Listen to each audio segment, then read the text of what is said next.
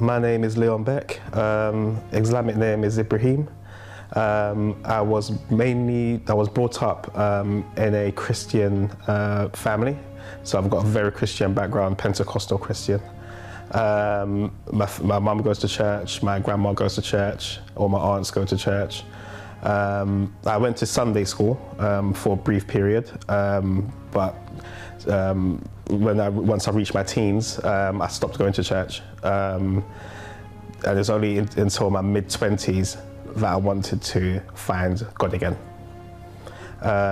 So I started to go back to church, a local church in Golders Green. This is where I started to learn a lot more about Jesus, a bit more about God, and I just wanted to sort of implement all the teachings and fundamentals into my life.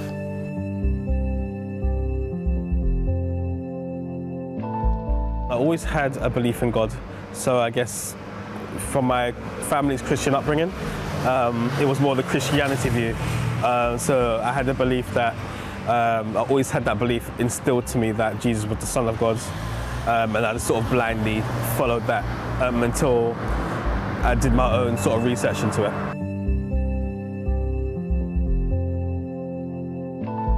So over time, when I got more involved in the church after a year, I found out that certain questions weren't being answered and some things weren't adding up or making sense for me. Coupled with that, I used to watch a few segments of the Gospel Channel, and those channels more or less gave mixed messages. For example, they kept saying Jesus is God, worship Jesus, and even certain practices like healing.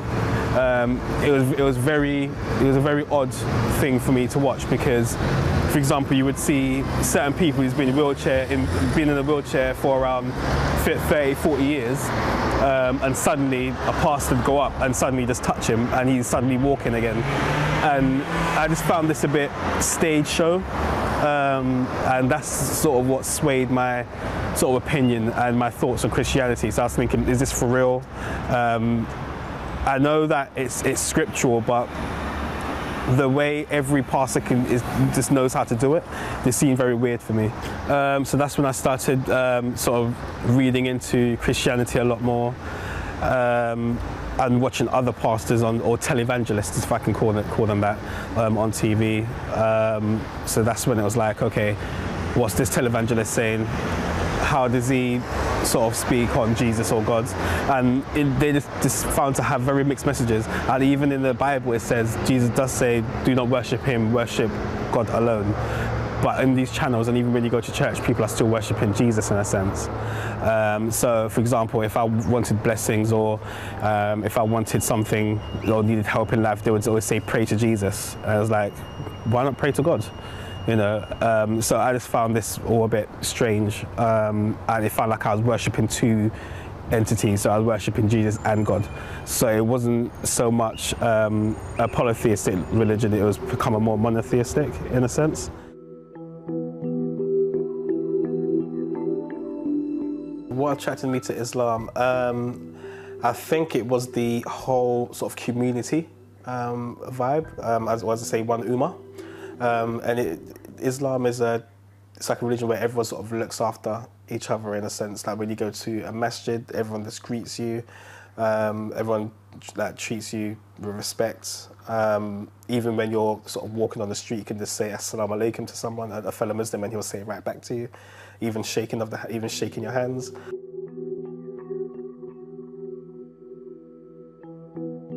Interesting topics that I discovered in Islam was the 5 daily prayers. To me, I just wanted to know, why do they have to pray 5 times a day? Is it hard work? Does it take out too much time?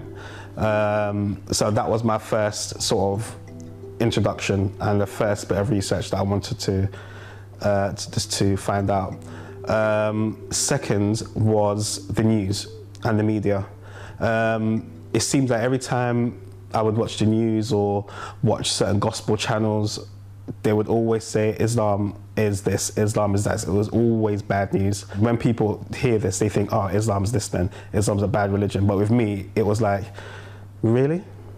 Islam, is it really that violent? Do they solely believe in killing non-Christians or people who are non-Muslim? Is Islam really about this?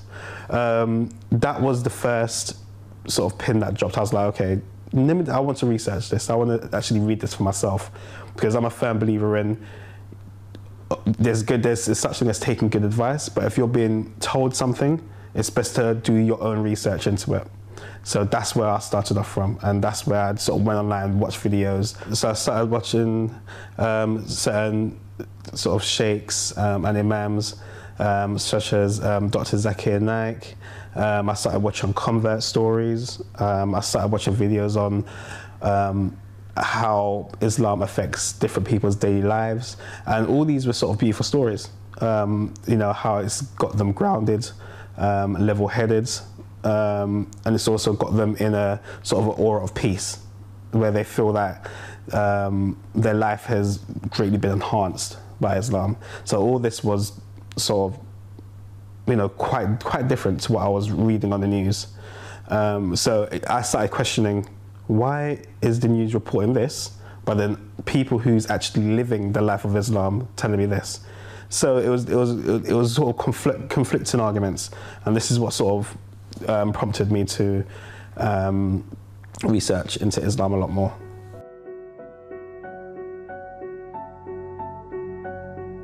So after a couple of months, actually up to a year of research, of reading, getting into talks, going to talks, watching YouTube videos, getting into a few small debates about Islam and Christianity, I found that my heart was slowly warming to Islam.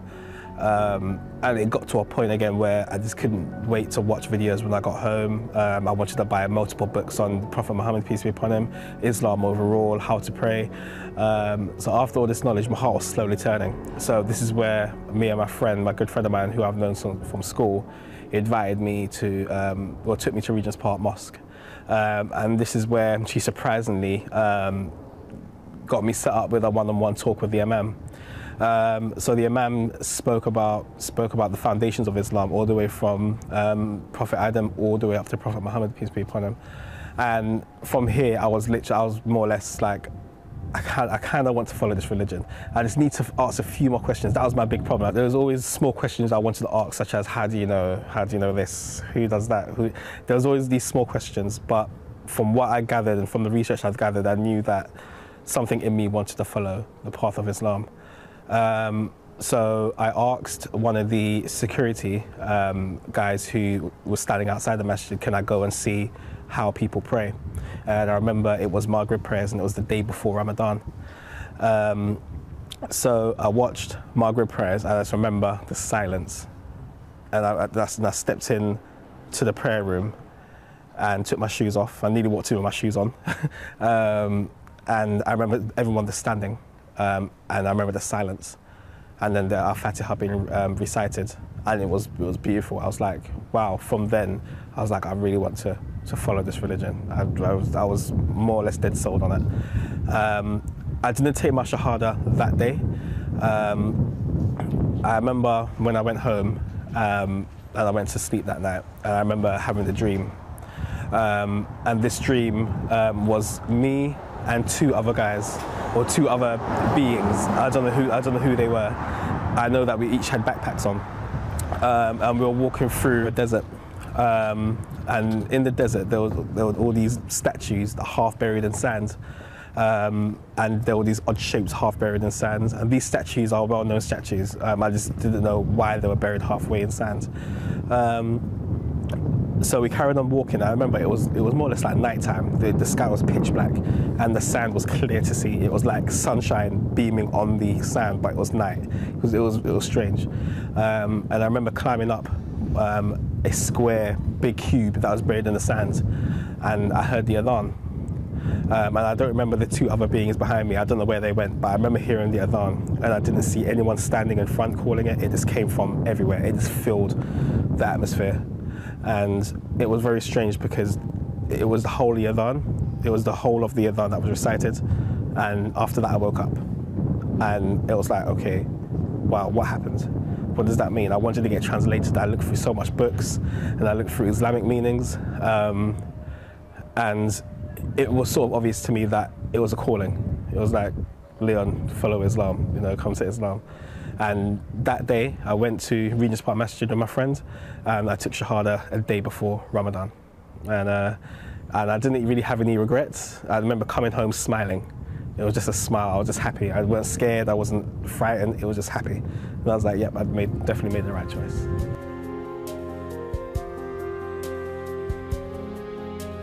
Practice that I thoroughly enjoy is the main thing is salah. Definitely, you know, going to the masjid, performing wudu, which just basically means just washing before you present yourself in front of Allah. Obviously, when you go into the prayer room and the alarm goes off, it's just such a beautiful sound, which is essentially call to prayer.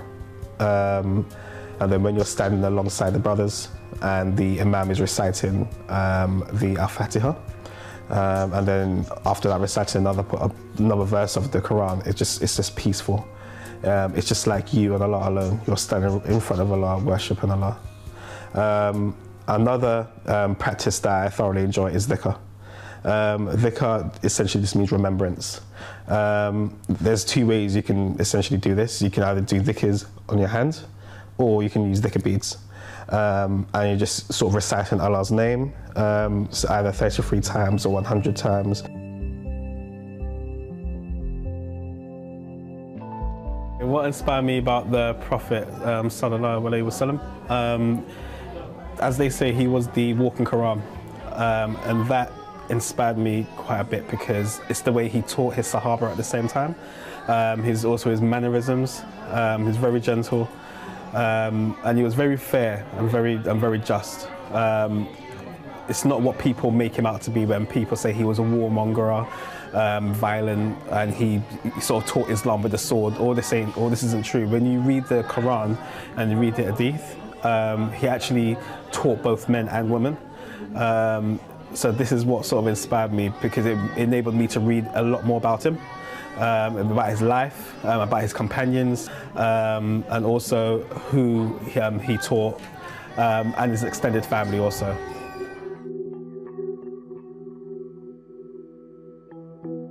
What are my favourite verses of the Quran? I actually have them in my phone. My favourite verses is, the first one is unquestionably, by the remembrance of Allah, hearts are assured. To me, that means Allah is always around you, and He's always sort of by your side, which I've always believed. I've always had a strong belief in God, which is what prompted me to sort of research and get to know Him a lot more. My second favourite verse of the Quran is He is Allah. There is no God other than Him. It is He who knows what is hidden as well as what is in the open. He is Ar-Rahman, Ar-Rahim. To me, this is such a beautiful Quranic verse. It just goes to show that you should be, to me, this means that you should be worshipping no other deity but Allah alone. And it's only Him that you seek for guidance and for help, in my sort of personal opinion.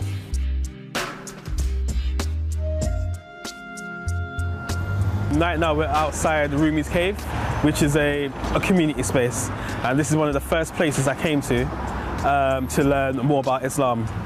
So this is where I actually met Sheikh Bibika, and I listened to more than a few of his talks.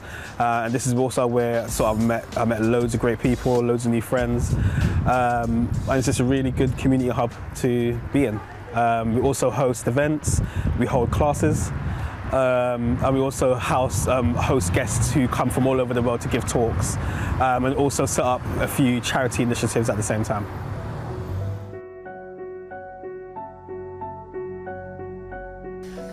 Why is it important to have Muslim friends? I would say it's important because obviously we definitely have something all in common, and that's sort of believing in the same religion. And also we get to discuss topics that's sort of currently trending, or we get to talk about how to sort of better ourselves in our walk in Islam. and also because I actually go to a few vicar circles, it's nice to have that community who's quite close to you and worshipping God together. And the other aspects of it is more social, fun social stuff. So like we go out to dinner together, grab coffees, and also, even most importantly, praying together. So it's good to be in that sort of community where you know that there won't be any clashes on anything, and you just sort of get on with each other under one Ummah. The large majority of friends, new friends that I met, were from here, Rumi's Cave. So obviously volunteering on helping set up event nights, even volunteering on certain charity initiatives. Especially with the open mic night that we have, where we all have like a like for spoken word, poetry, music. So it's good to sort of meet new friends, meet existing friends, talk about stuff. And also there's Rumi's Kitchen as well, which is another initiative that's sort of in coalition with Rumi's Cave. So Rumi's Kitchen is another way to meet new and existing friends, especially the volunteers and the guests who actually come, where a lot of them are homeless. But it's always good to sort of sit down, talk to them, because a lot of them really do just want someone there to be, to talk to them, keep them company, which is always a rewarding experience. Hence why I like actually taking part in the charity.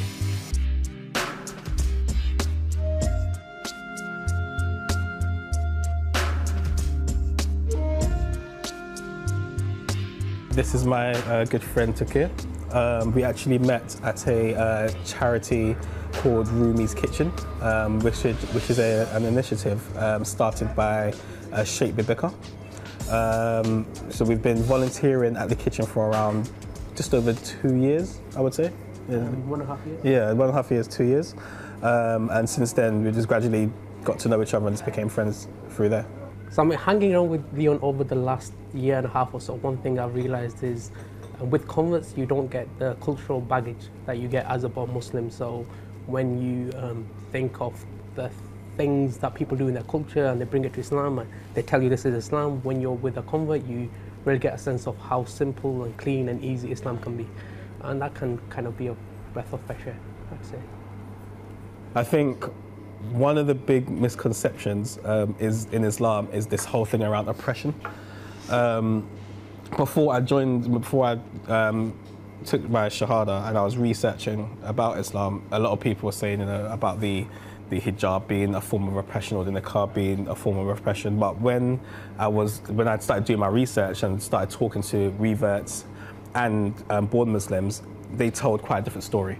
So it was stuff like the hijab making them feel closer to their religion, and it gave them some sort of sense of identity. And also because it's actually scriptural, it's not something that they're forced to wear. It's actually they actually want to follow it themselves, in a sense. So they feel that within themselves they want to do it. And it's the same with the guys as well. Whereas the guys, most people think that you're actually forced, by Cain or whatever, to do the 5 prayers. But a lot of people, all Muslims, should I say, do the 5 prayers out of love. They actually want to, pray to Allah. They actually want to worship Allah. They actually want to get to know Prophet Muhammad, peace be upon him.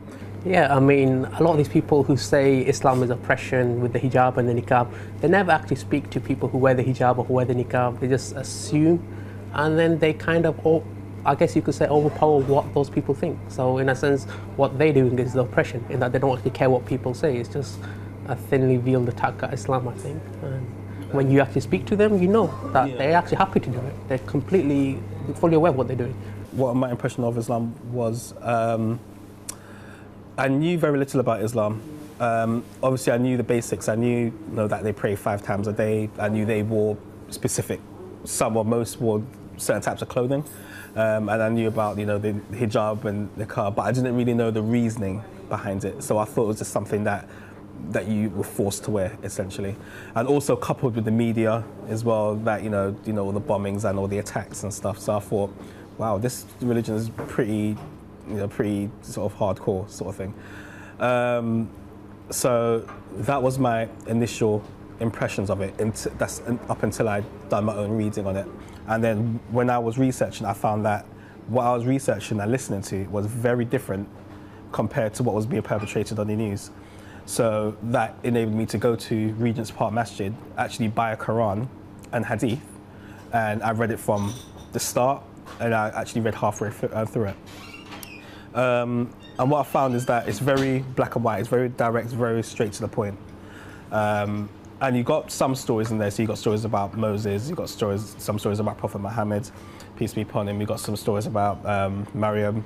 And it's a very sort of beautiful book, and it's not this violent, corrupt, thing or book that people are making it out to be. I think when people have formed those sort of opinions, they're just listening to the media and what people are saying without really actually reading up on it themselves.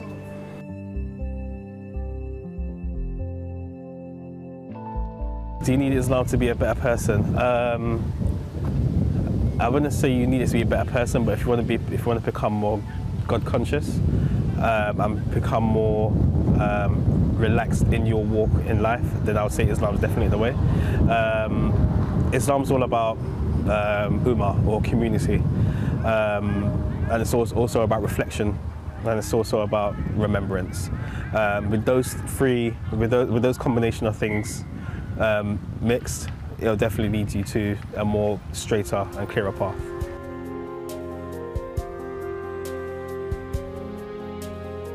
How has my life improved since my conversion? I would say it's improved because I'm more conscious about God.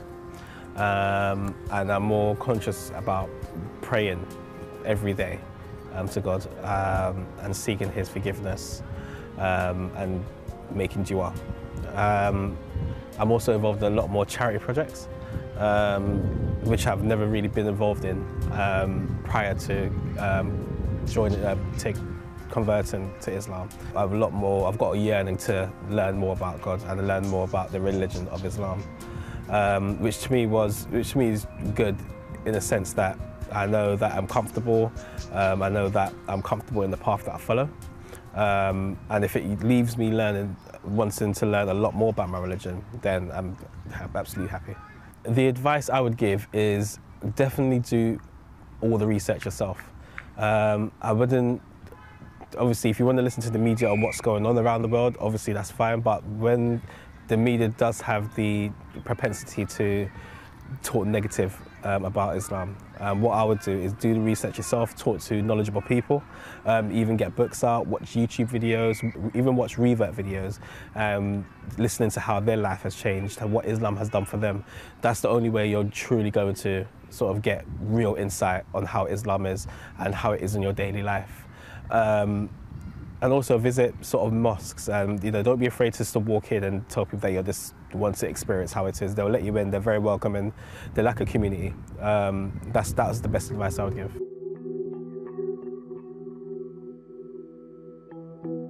What does Islam mean to me? To me, it just basically means remembrance in everything you do. So whether you are setting out on a journey, whether you're going to the masjid or meeting with friends, the 5 daily prayers is there to help you focus on Allah. And even when you're performing dhikr every day, it just means constant remembrance and sort of a guidance into how to sort of live your life.